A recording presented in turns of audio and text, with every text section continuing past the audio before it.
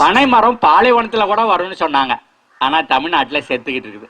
அப்படியானா என்ன அர்த்தம்னா தமிழ்நாடு மிக மோசமான பாலையாக மாறிக்கொண்டிருக்கிறது.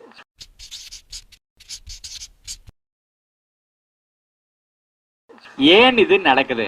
இந்த விவசாயத்தில் பயன்படுத்துற ரசாயனங்கள் நம்ம சுற்றுச்சூழலா பாதிக்குது. அது பூமிக்குள்ள இறங்குது, மழை தண்ணியோடு சேர்த்துக்கிட்டு இறங்குது. ஆனா 300 அடிக்கும் கீழே இருந்து குடிக்க தண்ணி எடுத்தீங்கன்னா அதுவும் விஷமாவே இருக்கு.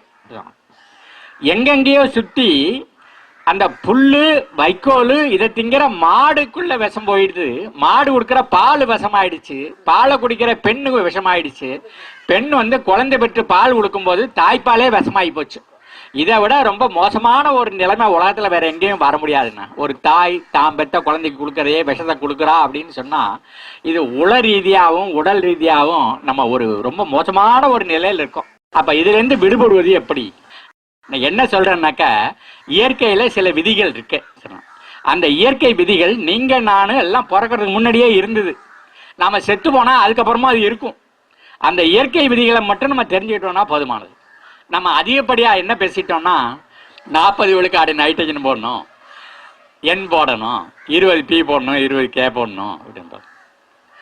அது ரசாயனங்களை போட போட என்ன பண்ணுது, இந்த பூமியில் இருக்கிற உயிரெல்லாம் செத்து போயிடுது. இப்ப இந்த மண்ணில் இருக்கிற அந்த உயிரை வளர்க்கணும்னா என்ன செய்யணும்? ரசாயனத்தை போடப்படாது, விஷத்தை போடப்படாது. போட்டா அது செத்து போயிடும். அதுக்கு பதிலாக அது கேட்கறது கழிவுகளை தான் கேட்குது. நம்ம ஆட்டுச்சாணியை போடும்போது, மாட்டுச்சாணியை போடும்போது, கோழிச்சாணியை போடும்போது, இந்த இலைதகளை வச்சு அதில் சாணி தண்ணியை தெளிக்கும் போது, கம்போஸ்ட் ஆக்கி மண்ணில் போடும்போது நம்ம என்ன செய்யறோம்?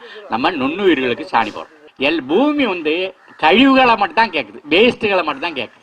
ஆகையினால நாம வேஸ்ட்டுகளை மட்டும் நிலத்துக்கு திருப்பி கொடுக்க நம்ம பழகிட்டமாக்கும், நிலம் நமக்கு கொடுத்துக்கிட்டே இருக்கும். Agriculture is harvesting the solar energy. Maximum இந்த சூரிய வெளிச்சத்தை எப்படி நம்ம அறுவடை பண்ண போறோம் அதுதான்.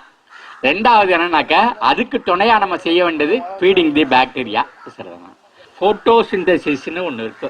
சூரியன்லேருந்து வர்ற வெளிச்சத்தை அந்த பச்சை இலை வாங்கி அது சர்க்கரையா மாத்திடுச்சு. அது சர்க்கரையா மாத்தி தின்னு விட்டு அது மிச்சத்தை வேருக்கு அனுப்புது. அந்த வேறு எல்லா இடத்துலையும் பரவலா ஓடி பூமியில இருக்கிற தண்ணி எடுத்து மறுபடியும் பச்சை இலைக்கு அனுப்பிச்சுடுது. இலை வேருக்கு சாப்பாடு போடுறதே ஒழிய வேறு இலைக்கு சாப்பாடு போடவில்லை. அதனால வேர்ல நான் செடிக்கு சாப்பாடு கொடுக்குறேன்னு சொன்னா அது சயின்ஸ் இல்லை.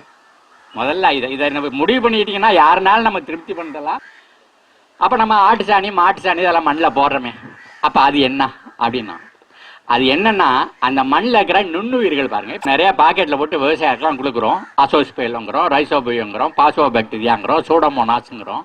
அதெல்லாம் கண்ணுக்கு தெரியாத உயிர்கள். அந்த கண்ணுக்கு தெரியாத உயிர்கள் காத்துல இருக்கிற நைட்ரஜன் எடுத்து செடிக்கு சப்ளை பண்ணுது. பூமியில உறைஞ்சு கிடக்கிற பாஸ்பரஸை இலைக்கு சப்ளை பண்ணுது. அந்த பூமியில கிடக்கிற ஒவ்வொரு பொருளையும் பொட்டாசா மாற்றி அதுக்கு சப்ளை பண்ணுது. நீங்க எது எதெல்லாம் கடையிலேருந்து வாங்கியாந்து போடணும்னு நினைக்கிறீங்களோ அது எதையும் வாங்கியாந்து போட வேண்டிய அவசியம் கிடையாது. அவ்வளவையும் அது என்ன பண்ணுது, இந்த மண்ணில் இருக்கிற நுண்ணுயிர்கள் செய்து.